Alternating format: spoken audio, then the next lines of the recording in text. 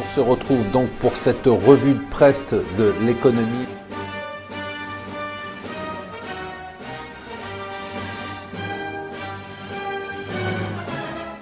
Bonjour et bienvenue sur Mon Financier pour la revue de presse de l'Écho. Nous sommes le lundi 29 août. Alors on commence bien évidemment par les Jackson, le Jackson Hole et Janet Yellen. Donc voilà, pas de surprise, elle a dit qu'on allait probablement augmenter les taux d'intérêt. Du coup, le dollar remonte. Alors l'euro se tient bien quand même, on est autour de 1,12. C'est le dollar yen qui a le plus remonté. Du coup, la bourse de Tokyo ce matin est en forte hausse au-dessus de 2%. La une des journaux, c'est assez étonnant.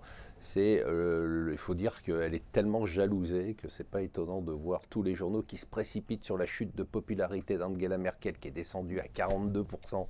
42%, on parle quand même d'une femme qui est au pouvoir depuis 12 ans, qui a pris une décision contre son opinion publique de faire rentrer 1 million d'immigrés. Je vous rappelle que les élections ne sont qu'en octobre 2017, qu'elle ne se présentera pour un 4e mandat, elle est là depuis 12 ans, que si elle pense qu'elle a une chance d'apporter, non pas de gagner, mais d'apporter quelque chose au pays. Et la théorie qui se développe de plus en plus aux États-Unis, et si Trump ne voulait pas devenir président, s'il ne travaillait que comme ce qu'il a toujours fait dans sa carrière, uniquement pour sa marque, la marque Trump, quel meilleur moyen de faire de la pub et de valoriser sa marque qu'en se présentant aux élections présidentielles. Il investit très peu de son propre argent, il fait grossir sa marque et cette marque, il pourrait l'utiliser par exemple, pourquoi pas, pour fusionner avec Fox et faire un Trump News. Imaginez le carton d'un Trump News pendant une présidence Hillary qui est détestée avant même d'avoir été élue. Alors la mauvaise nouvelle pour Donald Trump, c'est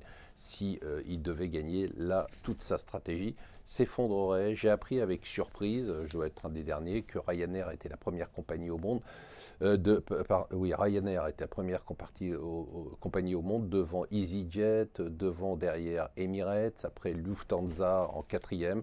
Air France, elle, n'est que 7e. Alors, bon, je ne vous parle pas du week-end politique, bien évidemment. Les affrontements, on va en avoir tous les jours.